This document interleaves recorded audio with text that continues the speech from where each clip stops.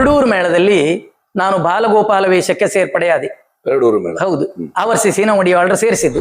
ಆವಾಗ ಪ್ರಥಮ ಬಂದಿದ್ರು. ಇವ್ರು ನೋಡ್ಲಿಕ್ಕೆ ಅಂತ ಒಂದು ಇಷ್ಟಿದ್ರು, ಇವ್ರ ಬಗ್ಗೆ ಅಷ್ಟೆಲ್ಲ ಉಂಟಲ್ಲ, ನಾನು ಬಾಲಗೋಪಾಲ ವೇಷ ಮಾಡುವ, ಹೌದಪ್ಪ, ಎಂತದಿರ್ಬಹುದು ಅಂತ ನನ್ನ ಕುತೂಹಲ ಕೇಳಿತ್ತು.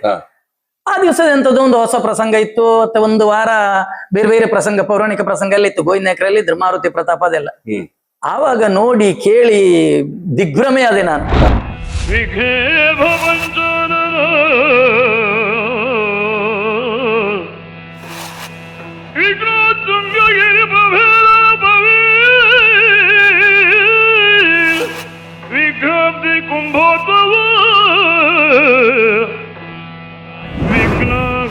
ಘನ ಪ್ರಚಂಡ ಪವನೋ ಶ್ರೀ ವಿಘ್ನೇಶ್ವರ ಪಾತು ಮಾಂ.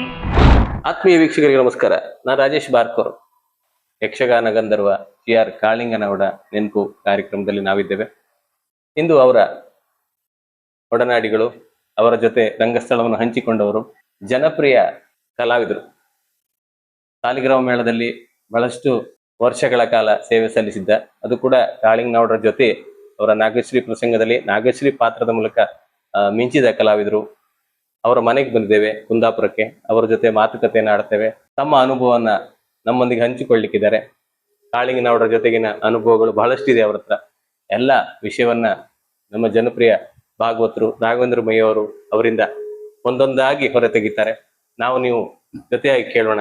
ಹಾಗೆ ಇಂದಿನ ಕಾರ್ಯಕ್ರಮಕ್ಕೆ ಜನಪ್ರಿಯ ಸ್ತ್ರೀ ಪಾತ್ರಧಾರಿ, ನಾಗಶ್ರೀ ಖ್ಯಾತಿಯ ರಾಜೀವ್ ಶೆಟ್ಟಿ ಹೊಸಂಗಡಿ ಸರ್ ಅವರನ್ನ ಪ್ರೀತಿಯಿಂದ ಬರಮಾಡಿಕೊಳ್ಳೋಣ. ಸರ್, ನಿಮ್ಗೆ ಪ್ರೀತಿ ಸ್ವಾಗತ ಸರ್. ನಮಸ್ಕಾರ. ನಮಸ್ತೆ ಸರ್. ನಿಮ್ಮನ್ನು ಭೇಟಿಯಾಗಿ ಬಹಳ ಖುಷಿ ಆಯ್ತು. ಮುಂದಿನ ಮಾತು ನಮ್ಮ ಭಾಗವತರು ನಿಮ್ಮೊಂದಿಗೆ ಮಾತುಕತೆ ಆಡ್ತಾರೆ. ಮನ ಬಿಚ್ಚಿ ಏನೆಲ್ಲ ಇದೆ ಅದನ್ನೆಲ್ಲ ನಮ್ಮ ವೀಕ್ಷಕರಿಗೆ ನೀವು ತಿಳಿಸ್ಬೇಕು. ಆಯ್ತು ಸರ್. ತುಂಬಾ ಸಂತೋಷ. ಆಯ್ತು ಸರ್. ಆತ್ಮೀಯ ವೀಕ್ಷಕರೇ, ಮುಂದಿನ ಮಾತು ರಾಘವೇಂದ್ರ ಮಯ್ಯ ಸರ್ ಅವರು ಮತ್ತು ರಾಜೀವ್ ಶೆಟ್ಟಿ ಸರ್ ಅವರು. ಎಲ್ಲ ವೀಕ್ಷಕರಿಗೆ ನಮಸ್ಕಾರ. ನಾನು ರಾಘವೇಂದ್ರ ಮಯ್ಯ, ಹಾಲಾಡಿ, ಯಕ್ಷಗಾನ ಭಾಗವತರು. ದಿವಂಗತ GR ಕಾಳಿಂಗನವರ ನೆನಪು ಕಾರ್ಯಕ್ರಮದಲ್ಲಿ ಇವತ್ತು ಪ್ರಖ್ಯಾತ ಕಲಾವಿದರಾದ ನಾಗಶ್ರೀ ಖ್ಯಾತಿಯ ರಾಜೀವ ಶೆಟ್ಟಿ ಹೊಸಂಗಡಿ ದಂಪತಿಗಳಿಗೆ ನಮಸ್ಕಾರ. ಧನ್ಯವಾದ. ಕಾಳಿಂಗನವರ ಒಡನಾಡಿಗಳು ನೀವು. ಹೌದು. ಕೆಲವು ವರ್ಷ ಸಾಲಿಗ್ರಾಮ ಮೇಳದಲ್ಲಿ ಮೆರೆದವರು, ನಾಗಶ್ರೀಯಲ್ಲೂ ಮೆರೆದವರು. ನಾಗಶ್ರೀ ಪಾತ್ರ ಅಲ್ಲ, ಹಾಗೆ ಬೇರೆ ಬೇರೆ ಪೌರಾಣಿಕ ಪಾತ್ರಗಳು ಸಹ ಎಷ್ಟೋ ಪಾತ್ರಗಳಲ್ಲಿ ನೀವು ಮಿಂಚಿದವರು ಸಾಲಿಗ್ರಾಮ ಮೇಳದಲ್ಲಿ. ಕಾಳಿಂಗನವರ ಬಗ್ಗೆ ಕೇಳೋದು ಯಾಕೆ ಕೇಳಿದ್ರೆ, ಅದೊಂದು ಕಾರ್ಯಕ್ರಮ, ಕಾಳಿಂಗನವರ ನೆನಪು ಅಂತ ಒಂದು ಕಾರ್ಯಕ್ರಮ. ನಿಮಗೂ ಕಾಳಿಂಗನವರಿಗೆ ಪ್ರಥಮ ಭೇಟಿ ಎಲ್ಲ ಆಯ್ತು, ಅಥವಾ ಸಾಲಿಗ್ರಾಮ ಮೇಳದಲ್ಲಿಯೇ ಪ್ರಥಮ ಭೇಟಿಯ, ಹೇಗೆ ಹೇಳ್ಬೋದಾ? ಓ, ಧಾರಾಳ. ಆ ವಿಷಯ ಕಾಳಿಂಗನವರ ಬಗ್ಗೆ ಹೇಳುವುದಂತ ಹೇಳಿದ್ರೆ ತುಂಬಾ ಹೆಮ್ಮೆ ಅನ್ನಿಸ್ತದೆ ಅಲ್ವಾ? ಇದು ಅಹಂಕಾರದ ಮಾತಲ್ಲ, ಅಭಿಮಾನದ ಮಾತು. ಕಾಳಿಂಗನವರು ಯಕ್ಷಗಾನದ ಇತಿಹಾಸದಲ್ಲಿ ಒಂದು ದಾಖಲೆ ಮಾಡಿದವರು ಅಂತ ಹೇಳಿದ್ರೆ, ಈಗ ನಾನು ಮಾತ್ರ ಅಲ್ಲ, ಜನಮೆಚ್ಚುಗೆಯನ್ನು ಗಳಿಸಿದ್ದಾರೆ. ಎಲ್ರೂ ಹೇಳುವುದು ಅದನ್ನೇ.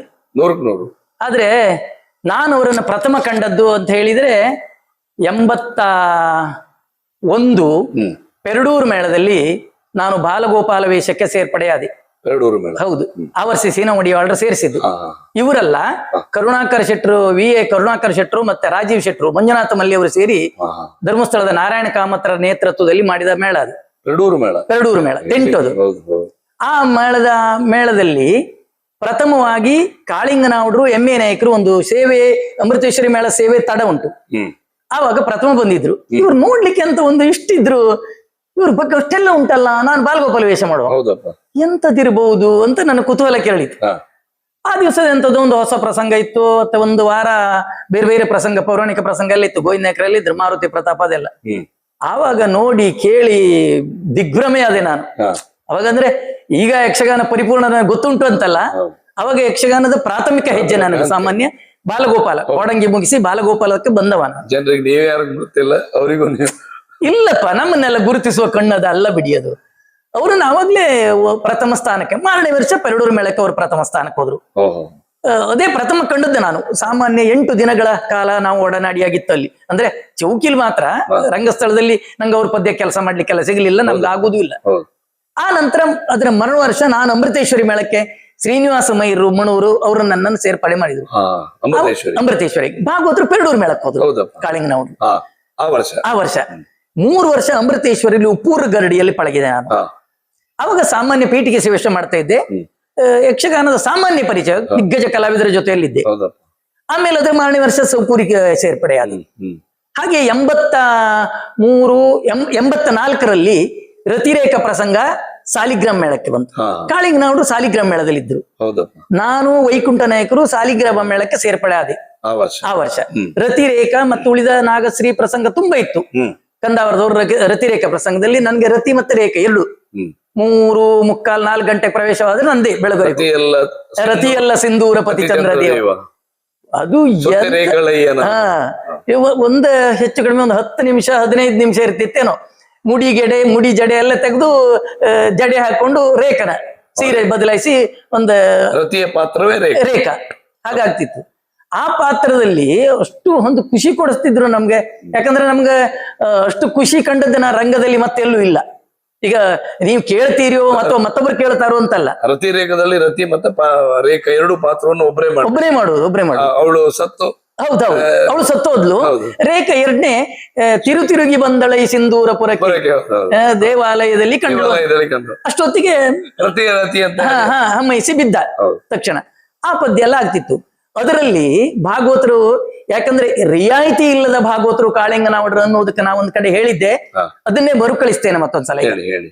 ಭಾಗವತರು ಆ ದಿವಸ ಅಂದ್ರೆ ಅದರ ಆ ವರ್ಷವೋ ಮಾರನೇ ವರ್ಷವೋ ಗೊತ್ತಿಲ್ಲ, ಯಾರಿಗೂ ರಿಯಾಯಿತಿ ರಂಗದಲ್ಲಿ ಇಲ್ಲ. ಅವರ ರಂಗದಲ್ಲಿ ಯಾರಿಗೂ ರಿಯಾಯಿತಿ ಇಲ್ಲ. ನಮ್ಮ ಕತೆ ಬಿಡಿ, ಅದು ಅವಿಸ್ಮರಣೀಯ ಬಿಡಿ, ಅದಕ್ಕೆ ಮತ್ತೊಂದು ಮಾತೇ ಇಲ್ಲ. ಕೇವಲ ಭಾಗ್ಯವಂತರು. ಅಯ್ಯೋ ದೇವ್ರೆ, ಅದು ಹೇಳಿದ್ರೆ ಶಬ್ದ ದಾರಿದ್ರ್ಯ ಅನ್ನೋದಾಗ್ತದೆ. ತೆರೆ ಬಿಟ್ಟಿರ್ತಾನೆ, ನೂಲಿನೇಣಿಯ ಮುಖದಿ ಮಾಳಿಗೆಗಳು ಹೊರಗಿರ್ಪ ಶೀಲರತಿಯನ್ನು ರಾತ್ರಿ ಕಾಲದಲ್ಲಿ ಒಯ್ದ. ಆವಾಗ ಏನ್ ಮಾಡ್ಬೇಕು ನೋಡು, ತೆರೆ ಬಿಟ್ಟು ನಾನ್ ತೆರೆ ಒಳಗೆ ಮಲಗಿರ್ಬೇಕಿತ್ತು. ತೆರೆ ಬಿಡುವವರಿಲ್ಲ. ನಂದೇ ತಪ್ಪು, ನಂದೇ ಬಿಡಿ, ನಾನು ಹೇಳ್ಕೊಳ್ಬೇಕಿತ್ತು, ತಯಾರು ಮಾಡ್ಕೊಳ್ಬೇಕಿತ್ತು. ರಾತ್ರಿ ಅದು ಸಾಮಾನ್ಯ 4 ಗಂಟೆ ಹೊತ್ತು ನಾನು ಹೋಗಿ ಕೂತ್ಕೊಂಡಾಗ ಏನೂ ಇಲ್ಲ, ಪದ್ಯ ಇಲ್ಲ, ಎಂತದ್ದು ಇಲ್ಲ. ಎಂತ ಮಾಡ್ಬೇಕು? ಶಿಕ್ಷೆ ಅದೇ, ಭಾಗವತರು ಕೊಡುವ ಶಿಕ್ಷೆ ಅದೇ, ಪದ್ಯವೇ ಇಲ್ಲ. ಎಂತ ಮಾಡ್ಬೇಕು?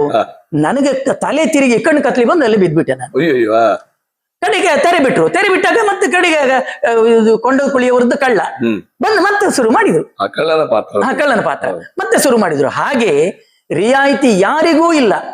ಈಗ ಐರೋಡಿಯವರಿಗೆ ಒಂದ್ಸಲ ಶಿಕ್ಷೆ ಕೊಟ್ಟಿದ್ದಾರೆ ಇಂಥದ್ದೇ ಒಂದು, ಅದು ಭೀಷ್ಮನ ಎಂತದ್ದು ದೊಡ್ಡ ಪಾತ್ರ.